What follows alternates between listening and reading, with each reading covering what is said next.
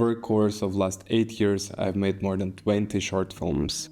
And after making a video on this channel about how our childhood forms our visual language and the topics we are making films and art about, I noticed that in all my films there was something what I didn't expect to see.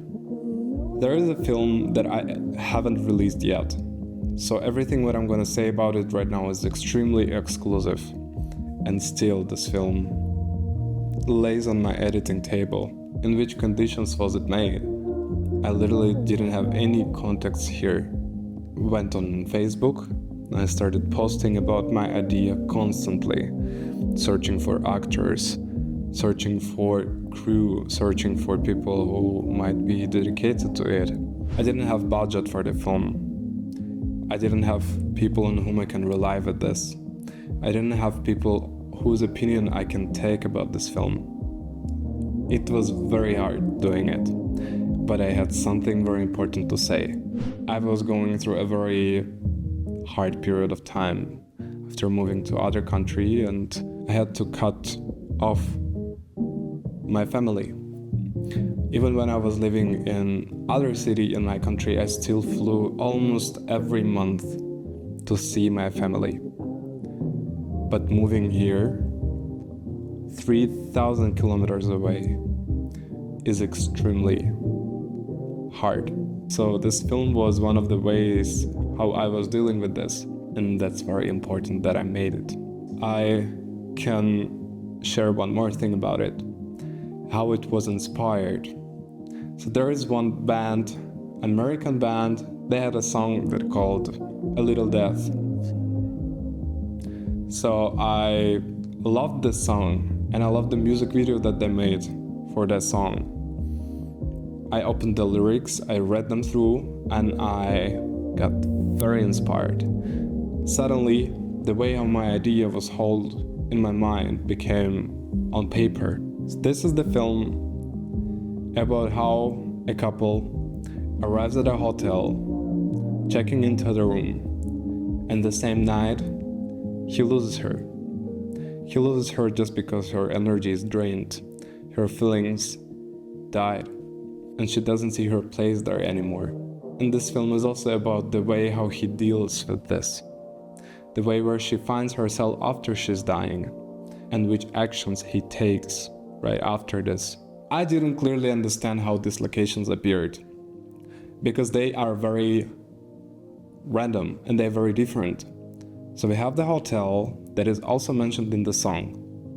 Suddenly, he goes to his car, starts driving through the highways, gets to a gas station, and suddenly we see some very abstract shots of her standing beside the sea, which is matched with the shot how she surrounded by water of the sea, and a lot of other shots of nature.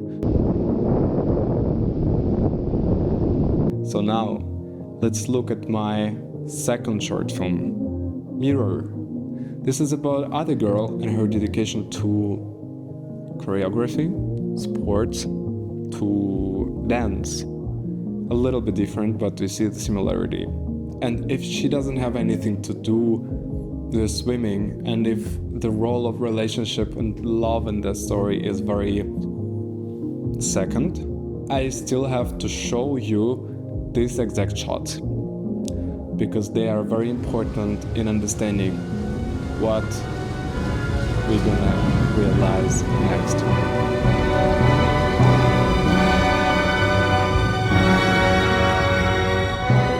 Let's go to the film that was done 3 years later after Mirror. The film called Tohu, Wa-Bohu. It uses a lot of motifs taken out of the Bible and out of the works of other artists, painters, directors, performance artists. And I wrote a big script, and I had a very big story in mind. I needed to make it as a feature film, which means that it probably should be 90 or 120 minutes. And this is my main problem, so I took one special part out of there and made it into a short film. Since it is a very experimental cinema, there is no conflict that's visible to an audience. And there is no protagonist, antagonist, nothing like this. But if we go deeper, we see her fight with the circumstances she is stuck in and how bravely she is getting out of it, which is aligning with what I wanted to tell. And the most important part here is the conditions in which this film made. The locations that were chosen, they connect to the nature that exists there. Just look at the shots. You're gonna realize it yourself. That film got plenty of awards at the festivals and got my first international collaboration. There were artists from Japan, other artists from Georgia. We literally didn't have enough sitting places for people once when they were coming to the premiere. Next work was done 1 year later. I already lived in St. Petersburg and I made a film called Alla, Marea, which actually means how the water changes its level up and down depending on the moon and the earth's relation to each other. This is another love story, but the love here is not so important. Here is important how the character deals with the loss. You hear it's very similar to where I started, right? Look at where he finds himself. My very, very last film lays on my editing table right now as well. This film was made 5 months ago. Right now we're working with actors on dubbing. So what we see there a story, how they both making the painting together. And this is just another story about the connection between one character and the other, about the conflict that happens between them and how they're trying to deal with this. And in the beginning of the film we see a building standing on the edge of the sea. In the end of the film we see the building during the sunset.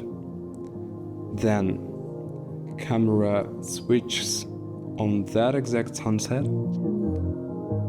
and tilts down to show us the sea.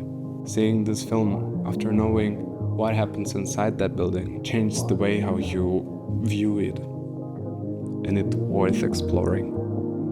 If we make a step back and we look on all of the films that were done in the last 3 years, Alla, Marea, Midnight Lacrimosa, Love Exercise, in all of them appears one and the same sea. Question without an answer. I come from a very small city in Siberia. Do you know what Siberia is? It is a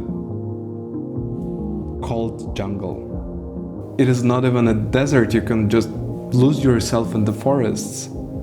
But there is no sea existing. There is no big lake existing.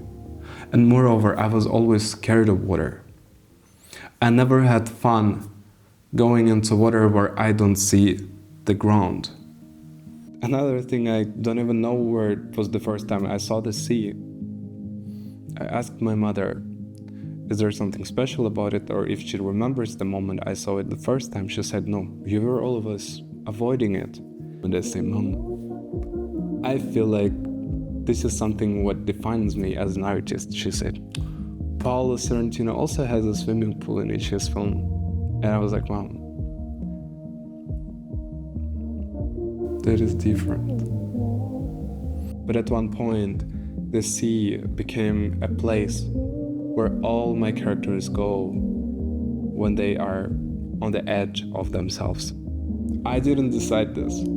I didn't even notice this until now. What is more important, what keeps appearing in your work is not a decoration. It's the thing that you cannot spell with letters.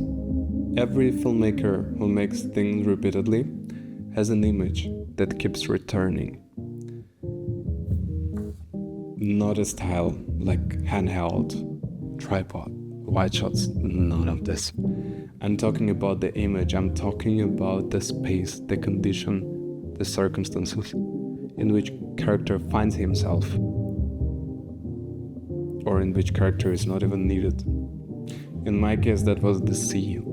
And even if I didn't find any ground in my life, in my past, in my childhood, for this, I still came to a professor and realized during my talks with her that each of us has a connection to water. None of us has to show it.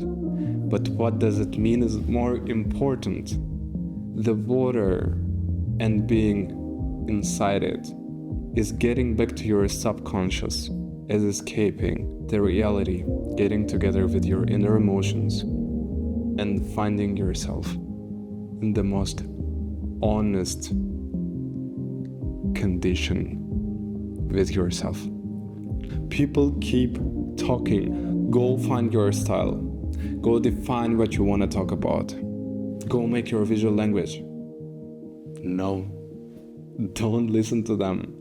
The audience will find your unique, recognizable style only when you're continuously, repeatedly pushing. The moment will come when people will come and say, I know this visual style. I know who did this film. So when the video ends, go back to your work, lay it in chronological order, and see what comes repeatedly, and see if there is a pattern that exists in each of them. Ask others. Maybe they will tell you something which you didn't expect. Another important thing, see where when the character reaches their lowest point or their highest point, where they find themselves and what is similar in all these moments. And be specific, not like darkness or like sad, good, a very specific condition. Something very, very, very special about it. Be precise. Look multiple times. Then, when you find it, question yourself. When did it start? Where does it come from? And if it's not just aesthetic feeling in the story, and it's made there not just because it's fitting, then ask yourself, ask others, but you need to find out what you cannot say with words, but what you are saying with the things you show. The image belongs to the time, so find the time, and then you will see what it means. The point here is not to resolve it. Matvey still doesn't know where the scene in his film comes from. The point is not to psychoanalyze yourself. The point is to stop reaching for an image without knowing what you are reaching for. Knowing what it belongs to change the quality of the choice, even if the answer isn't complete. Sometimes the things are still existing where the scene needs them, but sometimes they exist in there just because the director feels comfortable with this. Knowing this difference is real work. And before you know it, don't even ask the question, is this serving the film or is it just serving me? Unconscious patterns are not a weakness, but staying unconscious about them is. And here we come to an end. What keep appearing in your work that you didn't plan? Look at what you've already made. The answer is there.